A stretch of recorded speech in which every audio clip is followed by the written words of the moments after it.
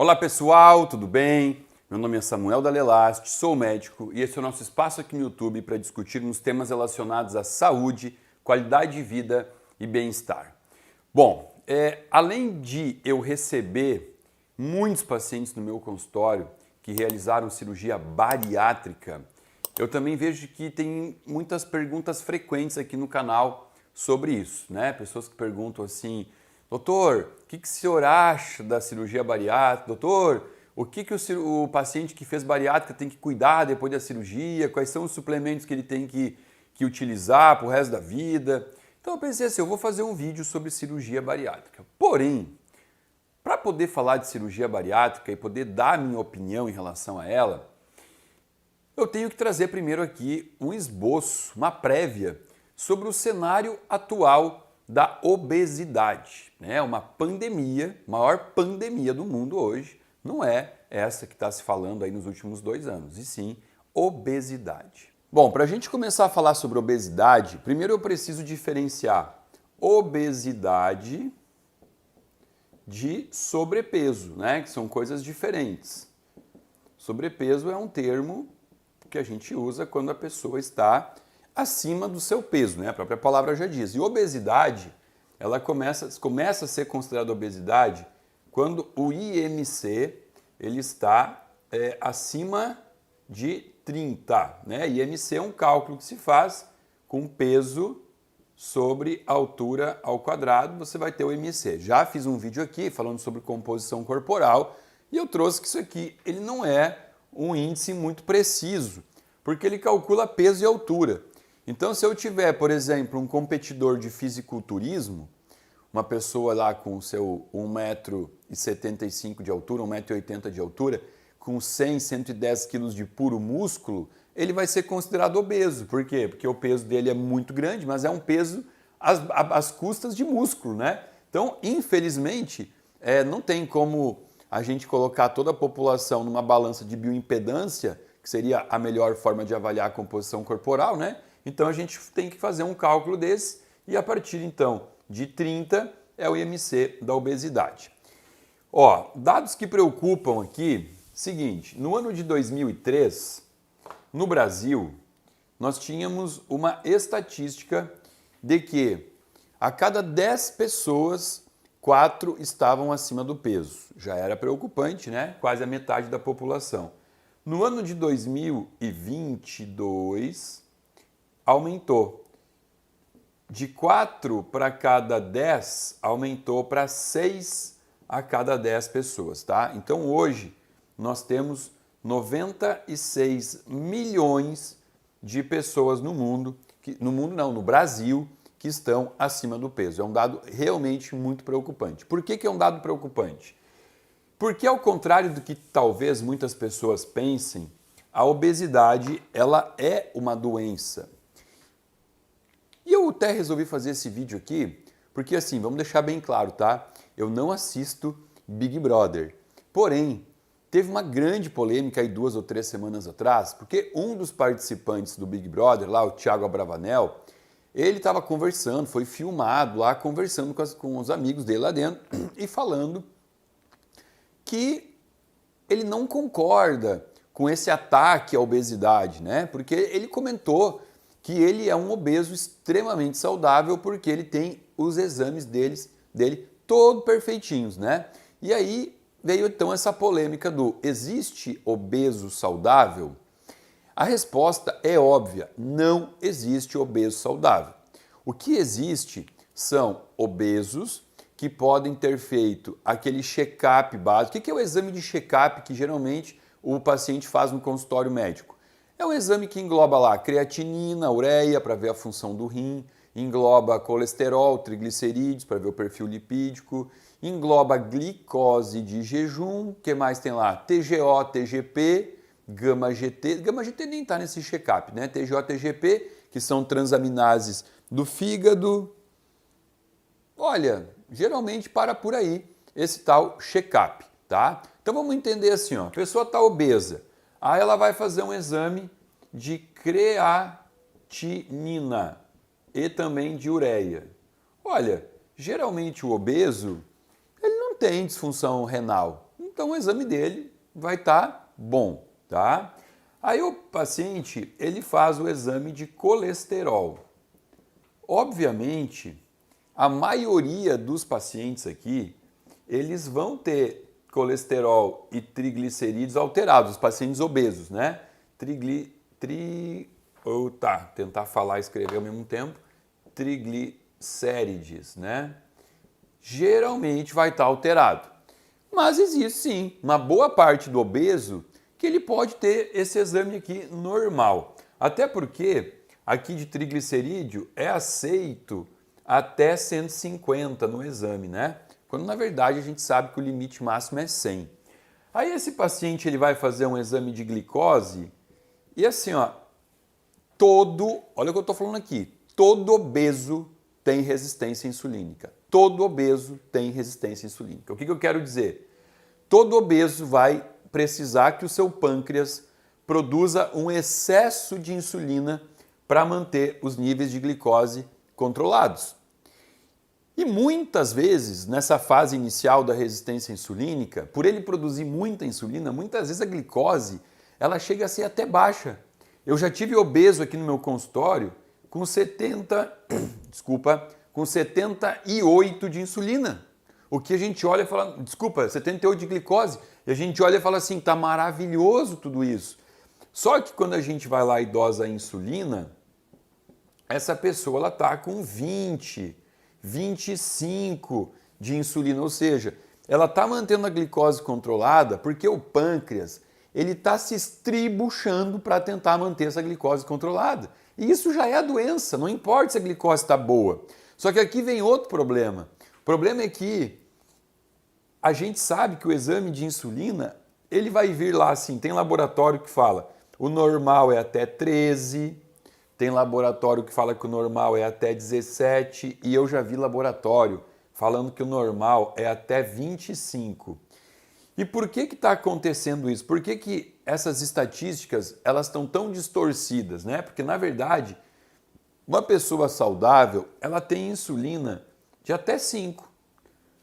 Ela vai produzir no máximo 5 de insulina e vai manter a glicose dela menor do que 99. Então assim, aqui a gente já está vendo que uma pessoa obesa, submetida a exames bem básicos e utilizando valores de referência que são trazidos no próprio exame, ela pode ter essa falsa ideia de que ela é saudável. Agora, por que eu posso afirmar que um paciente obeso ele não é saudável? O primeiro ponto que eu já acabei de citar aqui, ele tem resistência insulínica. E insulina em excesso é um hormônio inflamatório, é um hormônio catabólico, é um hormônio que vai degenerando o corpo. Não é bacana ter predomínio, excesso de insulina no corpo, tá? Em segundo lugar, porque uma das causas desse movimento da obesidade estar sendo considerado algo normal, uma das causas é a própria medicina. Infelizmente, a minha profissão, ela vem, vamos dizer assim, embasando, né, vem aceitando esse tipo de alteração. Hoje, exames laboratoriais, exames de imagem, eles já estão sendo avaliados pelo médico, aceitando esse novo padrão de doença que vem sendo trazido. Isso é um perigo, eu já fiz vídeo aqui falando sobre isso, né? Sobre a diferença do que é normal e o que é comum. São coisas muito diferentes, né? Hoje em dia, uma pessoa ter gordura no fígado, que a gente chama de esteatose hepática, é uma coisa comum. É comum. Por quê? Se eu estou trazendo aqui que mais da metade da população está em sobrepeso, é comum ter depósito de gordura no fígado. Só que a medicina ela já está aceitando isso como algo normal. Ou seja, eu tenho pacientes que já constaram aqui comigo e trouxeram o seu exame, e quem faz o exame de ultrassonografia de abdômen é um médico, né? Quem faz ultrassom é médico. E aí então foi avaliado por um médico, o médico fez o exame e o paciente me trouxe. E quando eu avaliei a ultrassonografia de abdômen, estava escrito lá assim, esteatose hepática grau leve, ou grau 1. E eu olhei para o paciente e falei assim, ô João, você viu aqui que você tem uma esteatose hepática? E o João falou, não, eu vi doutor, mas até o médico lá que fez falou que é leve, que está tudo bem, que tem gente muito pior. Também já tive paciente que chegou aqui no meu consultório com um nível de ferritina igual a 500, 600, que a gente sabe que é extremamente alto, né? Ferritina, ela gera uma reação pró-inflamatória silenciosa no corpo e o paciente chegou aqui 600 de ferritina. E eu peguei e falei assim, amigo, olha só isso aqui, que exame alterado, que perigo. E o paciente falou, nossa, mas eu mostrei isso para o clínico geral lá da minha cidade, eu também achei que estava um pouco alto, né? Porque eu vi que estava acima do valor da referência.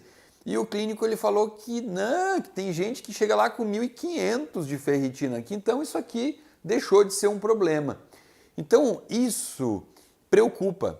Esse novo olhar da medicina, aceitando um novo padrão, que é um padrão de doença, é algo que realmente a gente deveria repensar dentro da classe médica, né?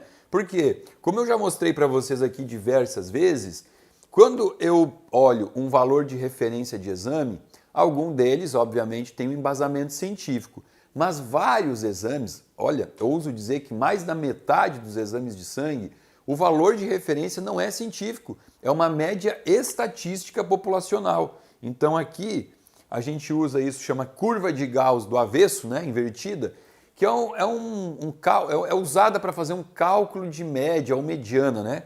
Então o laboratório ele vai lá coletando exames, digamos que o laboratório coletou 1.000 exames de insulina no ano de 2021.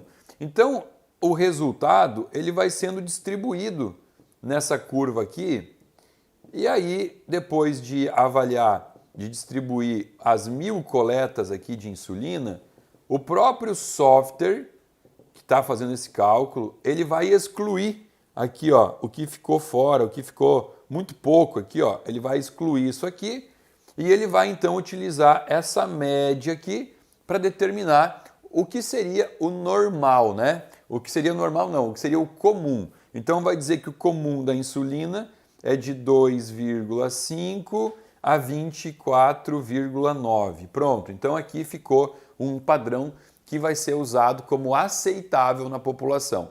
Se continuar assim, daqui a mais uns 10 anos talvez, a gente vai ter 8 em cada 10 pessoas obesas, então talvez o novo valor de insulina normal não vai ser 24,9, vai ser 29,5. E assim a gente vai aceitando uma população cada vez mais doente. Então, resgatando aqui a ideia inicial, eu não posso afirmar que existe um paciente obeso e que tenha saúde, por conta de tudo isso que a gente já aprendeu e também por conta de que a obesidade, ela obrigatoriamente traz uma gordura visceral, né? Gordura visceral, já temos vídeo aqui falando sobre gordura visceral, que é aquela gordura interna da barriga, né? E a gordura visceral, ela produz hormônios. Ela produz hormônios chamados de citocinas. E essas citocinas, citocinas pró-inflamatórias, né? Elas são inflamatórias.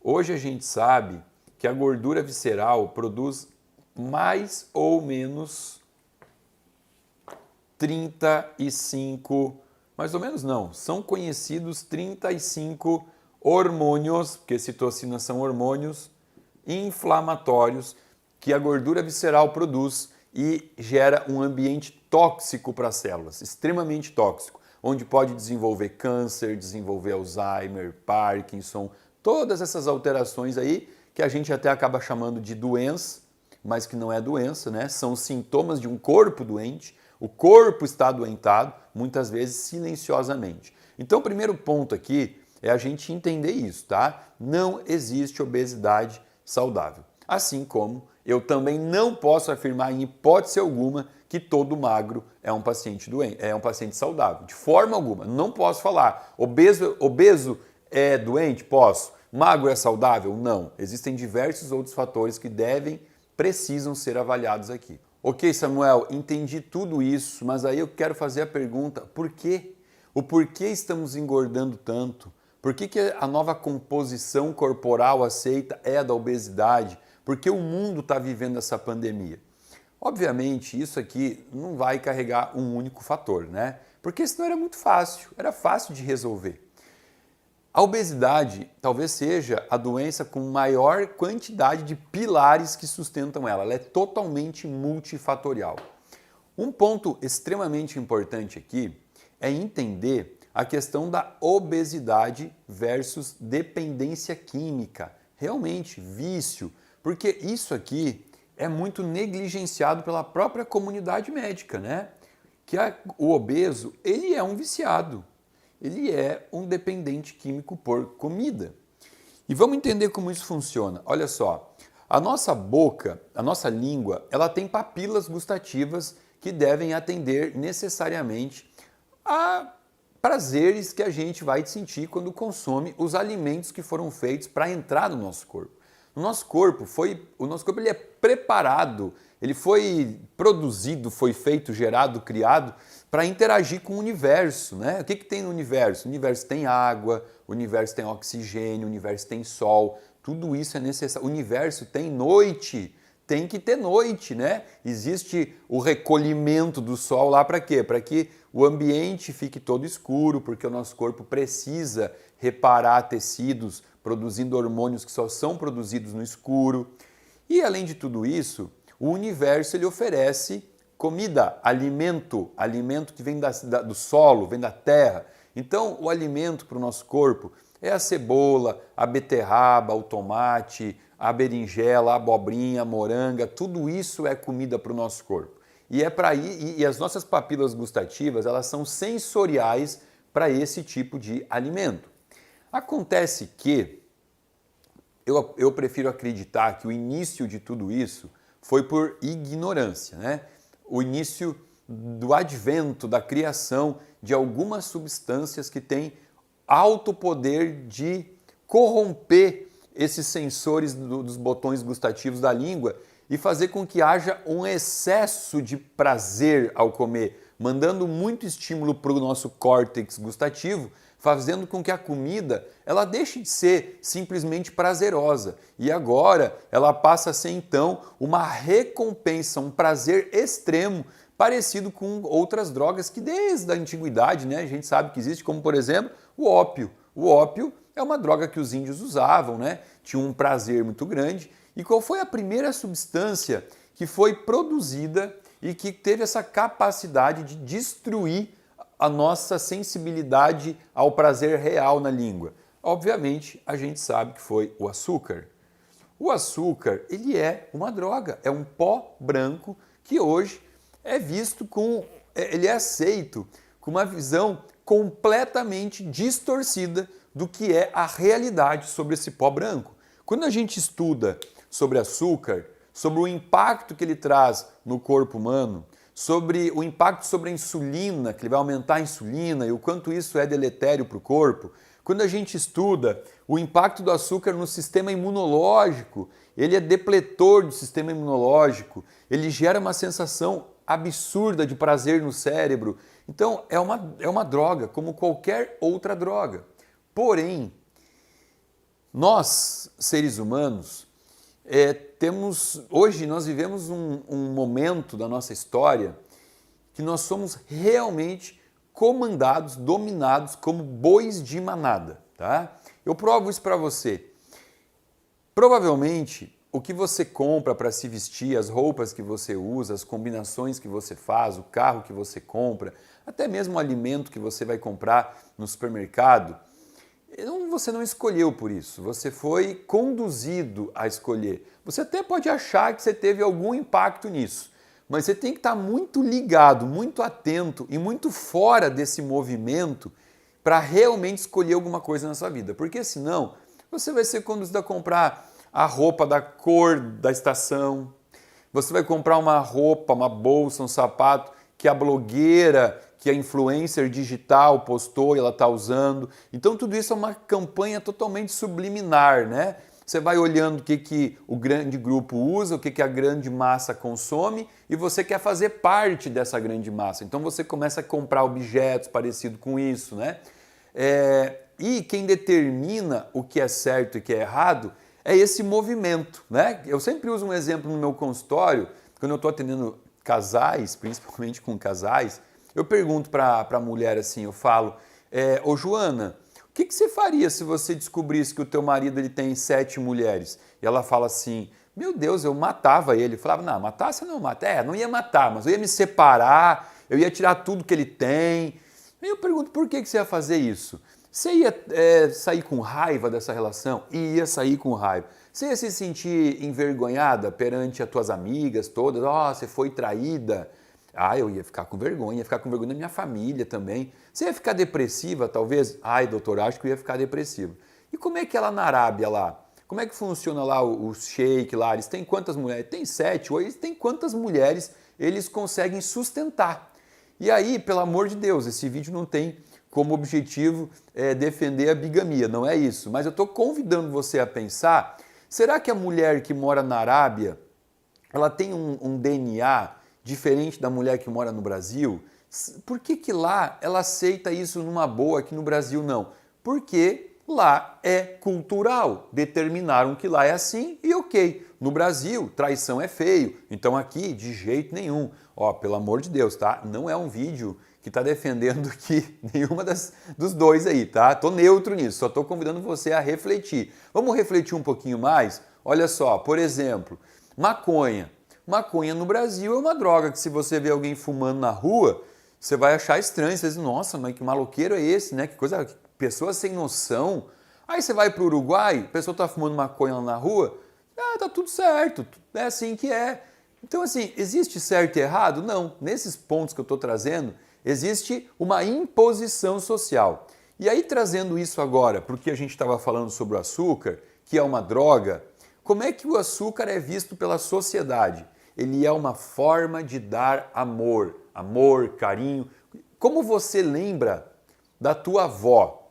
Eu vou dizer como eu lembro da minha avó, assim, as recordações que eu tenho dos finais de semana que eu ia visitar ela. Minha avó tinha, uma avó minha tinha 14 filhos, outra tinha 7, família grande. Então todo final de semana elas recebiam, as minhas avós recebiam visita dos netos, visita dos filhos. E sabe qual a primeira coisa que as minhas avós faziam quando recebiam a visita? Abrir a geladeira e tirar um doce lá de dentro. Ela tirava um pudim, um sagu, uma torta e ela oferecia aquele doce como uma forma de agradar. E isso culturalmente vem sendo trazido e estendido para tudo, né? Como é que faz na Páscoa? Páscoa tem um significado bíblico, um significado lindo, mas o novo significado da Páscoa agora o que é? Uma cesta de chocolate que a gente dá para uma criança de 7, 8 anos, uma cesta com 2 ovos, com coelhinho, com um monte de açúcar. Aí o avô, a avó, por parte de pai, dá mais uma caixa de bombom, a outra avó por parte de mãe também, aí vem a madrinha, a Dinda, né? A Dinda também dá uma cesta de chocolate e essa criança passa agora 30 dias se entupindo de açúcar. Obviamente que depois disso, ela vai ter lá uma sinusite, uma amidalite, mas os pais não fazem essa relação. Eles não fazem. Por quê? Porque comer açúcar é normal. É assim que é assim que será. Então existe uma relação afetiva muito grande com o açúcar, que é o primeiro ponto que torna pessoas viciadas nisso, né? É a relação de afeto. E o segundo é a resposta exacerbada a nível de córtex cerebral, que faz com que isso gere um prazer tão grande que a gente vai sempre buscar um alimento à base de açúcar quando a gente estiver num estresse muito grande, quando a gente teve aquele dia totalmente estressor, a gente chega no final do dia e fala assim, eu mereço agora, eu mereço usar uma droga para relaxar.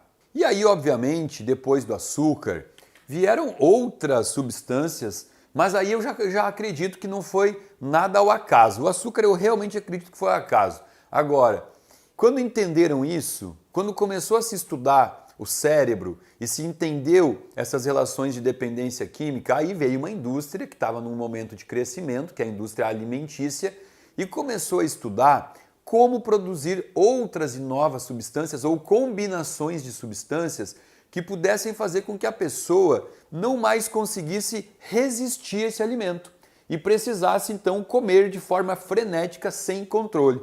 Acredito aqui que depois do açúcar, o pó branco mais poderoso seria o glutamato monossódico, que isso aqui está em muitos produtos industrializados, na imensa maioria, monossódico. né? Glutamato monossódico. Isso aqui é a base de qualquer tempero pronto, tá? Aqueles caldo de galinha, tempero pronto é puro glutamato monossódico. Isso dá também um prazer muito grande e faz com que as pessoas elas se viciem, então, agora em alimentos salgados também. Então, alimentos salgados não é mais só o doce. E às vezes você vai encontrar em vários produtos, você vai encontrar a combinação dos dois. Porque quando os dois se combinam, eles permitem que o botão gustativo da língua fique mais tempo sob estímulo, levando muito mais prazer para o córtex cerebral. Agora, alguns outros alimentos foram modificados e tiveram na sua nova estrutura moléculas também muito similares a outras drogas. Eu vou falar para vocês aqui sobre a gluteomorfina.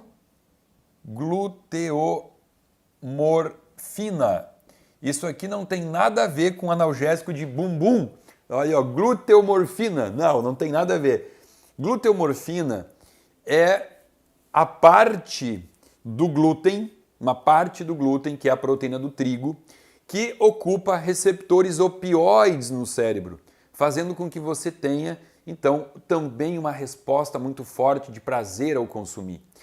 Isso aqui faz parte dessa modificação genética do trigo. Norman Borlaug, o criador do trigo moderno, né, prêmio Nobel, não sei por que deram isso para ele acabou com o trigo, mas hoje pessoas também são viciadas em farinha. Duvidou disso aqui? Põe no Google, digita ali gluteomorfina, você vai ver que essa molécula ela existe e ela é também uma molécula de grande preocupação, porque as pessoas se viciaram então num alimento, né, pão não é alimento, totalmente pobre nutricionalmente. Então começa-se a comer comidas que não têm capacidade nutritiva, mas têm capacidade calórica. E aí também tem um detalhe, a maioria dos obesos são desnutridos. Por quê? Primeiro porque eles comem alimentos altamente calóricos, mas que não contêm carga, densidade nutricional. O bolo tem nutriente, o pão tem nutriente, o macarrão, o nhoque, tudo isso que é a base, né? A pizza, não tem nutriente nisso aí, mas é calórico, então engorda desnutrido. E segundo, porque açúcar, glutamato, glúten, queijo, tudo isso vai gerando também uma inflamação a nível do intestino, que faz com que o intestino do obeso, então, não tenha capacidade de absorção boa. Ele absorve muito pouco do que ele come, já come coisas com pouco nutriente. E agora que ele tem uma inflamação intestinal, porque o que ele comeu gerou essa inflamação, ele vai ser um paciente desnutrido. E olha como a coisa vai se retroalimentando. Esse paciente desnutrido, ele vai ter a incapacidade de produzir hormônios, neurotransmissores. Então ele começa a ter um déficit de reguladores que vão trabalhar, entre outras coisas, questões relacionadas à ansiedade, à gula, à compulsão. Tem uma série de vídeos aqui que eu já postei, uma trilogia, não, são 4 vídeos, né? Sobre intestino. Vamos botar aqui, Fernando, na playlist. Onde eu explico que, olha só, de 90 a 95% de toda a serotonina que o cérebro usa é produzida onde? No intestino. 50% de toda a dopamina que o nosso cérebro usa é produção intestinal. Então, hoje, a gente sabe, já tem um nome, né? Chama sistema órgão neuroentérico. Ó, neuroentérico. Entérico está relacionado ao intestino. É um órgão que se comunica, né? É o eixo. Então, hoje, quando você pesquisa no Google lá, bota lá assim, ó, o segundo cérebro do corpo, o que vai aparecer? Vai aparecer uma imagem de um intestino. Faz o teste. Então, olha aqui a importância de manter esse intestino saudável para poder mandar comando para o cérebro, comandos que vão ajudar na sensação de plenitude, de bem-estar, né? Você vai estar bem, vai estar zen. Quando você começa a ter déficit de serotonina, de dopamina, de leptina, grelina, todos esses hormônios aí que comandam essa sensação de compulsão, você começa então a comer sem necessidade. o teu corpo ele vai entrar num estado de craving, a gente chama craving, que é aquela coisa do drogado. O drogado ele precisa do álcool, ele precisa da cocaína, do crack. E o viciado por comida, ele precisa da comida. Ele não está com fome, mas ele tem que comer. Obviamente, existe um hormônio que acelera muito esse processo e que é altamente destrutivo quando em excesso, tá? Que é o cortisol, um hormônio fundamental para o nosso metabolismo funcionar. Porém, quando em excesso, o cortisol ele gera esse desequilíbrio, essa desordem do nosso sistema orexígeno, né? Que é esse sistema que controla toda essa parte de compulsão, de fome. E aí quando a gente fala sobre isso aqui, começa a vir à tona outro pilar da obesidade, né? A gente já falou aqui do quê? De uma alimentação inflamatória, a gente já falou de laços afetivos com a comida. E quando a gente fala do cortisol, esse hormônio tem uma importância enorme no nosso corpo para controle do peso, porque não é só questão de fome, de gula ou de compulsão. O cortisol, ele impede a quebra da molécula de gordura. Você não consegue emagrecer quando você está com o cortisol alto. E esse aqui, infelizmente, é o hormônio do século, né? Por quê? Olha o estilo de vida moderno. Vamos ver, como é que funciona? Bom, eu falo por base nos pacientes que eu atendo aqui, tá? Eu tenho pacientes que trabalham em cargos de diretoria de grandes empresas, só que essas empresas são multinacionais. A sede fica na Índia, fica no Japão, fica na China, fica em Taiwan. E esses pacientes têm que fazer reuniões, só que com fusos horários diferentes. Então, eles têm que acordar às 4 da manhã para fazer uma reunião com o chefe deles, né? Além dessa globalização e essa conexão exagerada, também a gente sabe que hoje existe uma tendência muito maior dos pais permissivos, né? Que eu vou falar de pai porque eu vou começar a falar que a obesidade começa na infância já, né? Então, os pais, eles permitem, para não ser ruins, para não dizer não para a criança, eles deixam ficar jogando videogame até 2, 3 da manhã, esses videogames modernos aí que você joga online também com pessoas do mundo todo, faz com que as crianças fiquem até altas horas assistindo programas, elas têm autonomia própria. Uma criança de 7, 8 anos hoje, ela se governa, ela diz a hora que ela quer dormir, ela diz a hora que ela quer acordar. E essa questão de não dormir direito, de não dormir no horário fisiológico, já começa a atrapalhar também os próprios níveis de cortisol. Então é importante entender que pessoas, por exemplo, que trabalham em regime de plantão também, pessoas que trabalham naqueles esquema lá, trabalha 12 horas, folga 36, o plantão é noturno, essas pessoas, elas têm uma tendência muito maior à obesidade, porque elas privam o sono delas. Claro, a gente tem como tentar amenizar isso, usar uma melatonina quando a pessoa for dormir de dia, mas nada se compara ao sono fisiológico, no horário fisiológico, aquele sono realmente reparador. Falar sobre obesidade é algo que daria aqui para a gente fazer, meu Deus, uma série sobre isso, talvez trazendo 200 vídeos sobre isso.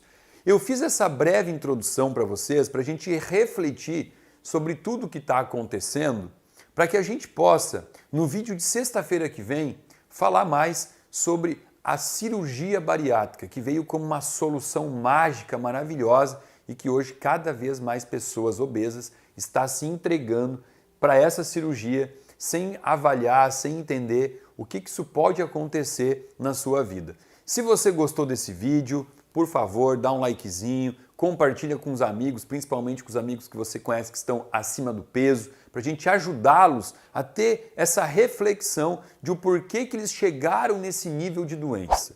Se você não está inscrito no meu canal, se inscreva, aciona o sininho para receber lá aquele aviso toda segunda, quarta e sexta de um novo vídeo sobre saúde para você. Abaixo desse vídeo, um link onde você pode acessar para se inscrever e fazer parte de um grupo VIP de pessoas que recebe conteúdo gratuito e exclusivo semanalmente aqui do meu canal. Fica aqui o meu muito obrigado.